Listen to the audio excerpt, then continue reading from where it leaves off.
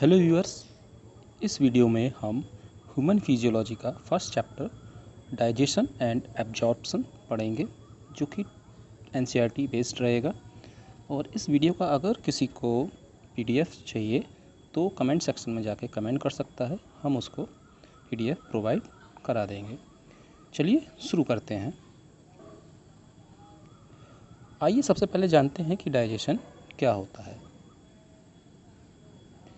देखिए, हमारे खाने में जो फूड में या खाना कुछ भी कह लीजिए, उसमें जो बायो मैक्रोमोलिक्यूल्स होते हैं, जैसे वो होते हैं उसको वैसे यूज़ नहीं किया जा सकता है। उनको तोड़ा जाता है, सिंपल सब्सटेंस बनाया जाता है जिससे कि वो यूज़ में लाया जा सके। यही डाइजेशन कहलाता है। और हमारा डाइजेस्ट सिस्टम इसमें मैकेनिकल और बायोकेमिकल मेथड्स को फॉलो करता है। चलिए आगे चलते हैं।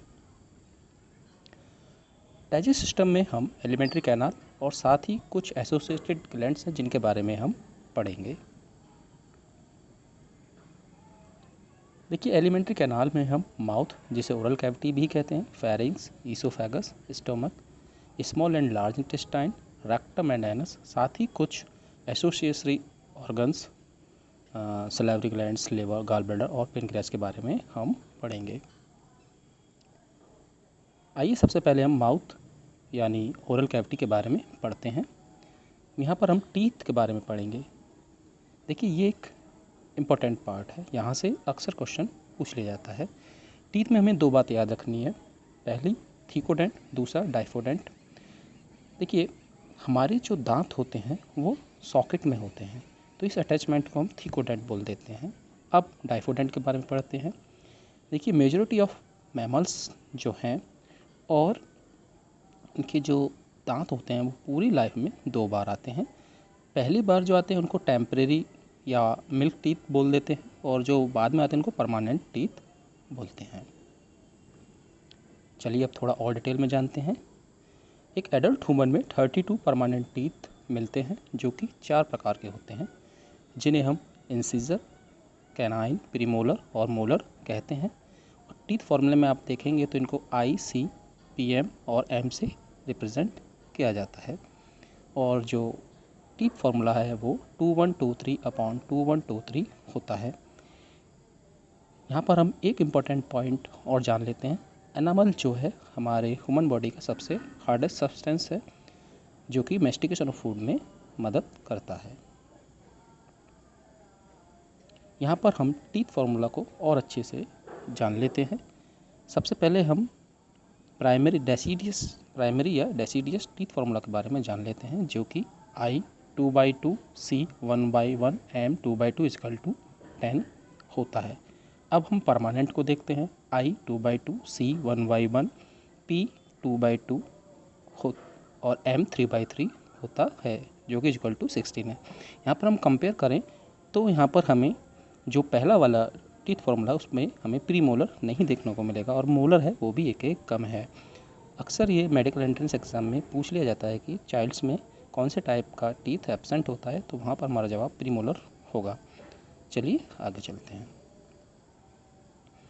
यहाँ पर हम टंग के बारे में पढ़ते हैं। देखिए, टंग से ज़्यादा सवाल वैसे पूछे नहीं जाते हैं, फिर भी है तो हम सब्जेक्ट में है तो थोड़ा सा पढ़ना तो पड़ेगा। देखिए, टंग जो है आपका मस्कुलर मूवेबल ऑर्गन है, जो कि नीचे की तरफ से फ्रेनुलम से अटैच होता है। इस पर कुछ पैपली मिलते हैं, जहाँ पर कुछ टेस्ट बड होते हैं। चलिए और आगे चलते हैं। हमारी ओरल कैविटी फेरिंग्स से होते हुए आगे की तरफ जाती है। फेरिंग्स जो होता है वो एक कॉमन पैसेज होता है फूड और एयर के लिए। अब फेरिंग्स से होते हुए ओसोफेगस, बड़ा साथ में ट्रैकिया भी होता है, और ओसोफेगस से स्टोमक, फिर लार्ज इंटेस्टाइन, स्मॉल इंटेस्टाइन की तरफ चली जाती है। यहाँ पर हमें एक पॉइंट याद रखना है, और वो है एपिग्लॉटिस।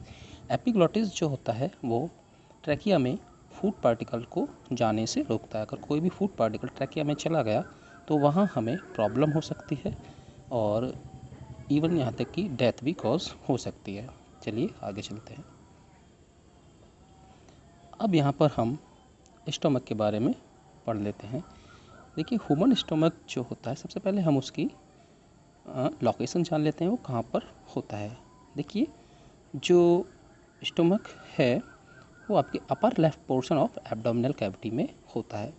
और स्टोमक को कुछ पार्टों में डिवाइडेड किया हुआ है, जैसे कि कार्डियक, फिर फंडिक हो गया, फिर बॉडी हो गया और पाइलोरिक हो गया।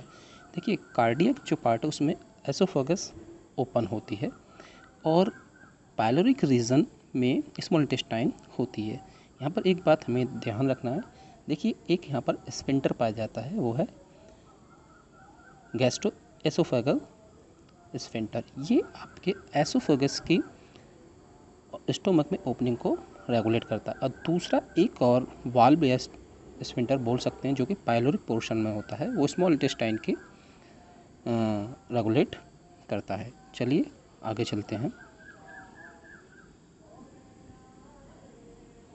अब यहाँ पर हम थोड़ा सा स्मॉल इंटेस्टाइन के बारे में जान लेते हैं।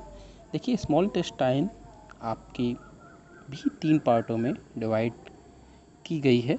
अब उसको हम जान लेते हैं। पहला ड्यूडेनम, जूजेनम और इलियम। देखिए जो ड्यूडेनम है उसका शेप सी टाइप होता है और अक्सर ये क्वेश्चन पूछ लिया जाता है। इलियम वो पार्ट है जहाँ से कि लार्ज इंटेस्टाइन शुरू हो जाती है। चलिए आगे चलते हैं। अब हम थोड़ा सा लार्ज इंटेस्टाइन के बारे में जान लेते हैं। लार्ज इंटेस्टाइन है उसको भी 3 पार्टों में डिवाइड किया गया, सीकम, कोलम और रेक्टम। सीकम एक स्मॉल ब्लेंड सेक है जिसमें कुछ सिम्बायोटिक माइक्रो ऑर्गेनिज्म पाए जाते हैं और यहीं पर आपको एक फिंगर लाइक ट्यूबुलर प्रोजेक्शन मिलेगा जिसे वर्मी फॉर अपेंडिक्स कहते हैं, जो कि एक वेस्टिजियल ऑर्गन है। चलिए आगे चलते हैं। सीकम कोलन में खुलती है और कोलन को भी 4 पार्टों में डिवाइड किया है, जिसे असेंडिंग, ट्रांसवर्स, डिसेंडिंग और सिग्मॉइड कोलन कहते हैं। डिसेंडिंग पार्ट आपके रेक्टम में खुलता है जो कि एनस के थ्रू बाहर हो जाता है। इस वीडियो में इतना ही। अगर हमारी वीडियो आपको अच्छी लगी हो और चाहते हैं कि आगे भी ऐसी वीडियो आती रहें तो हमें लाइक करें, शेयर करें, सब्सक्राइब करें। धन्यवाद।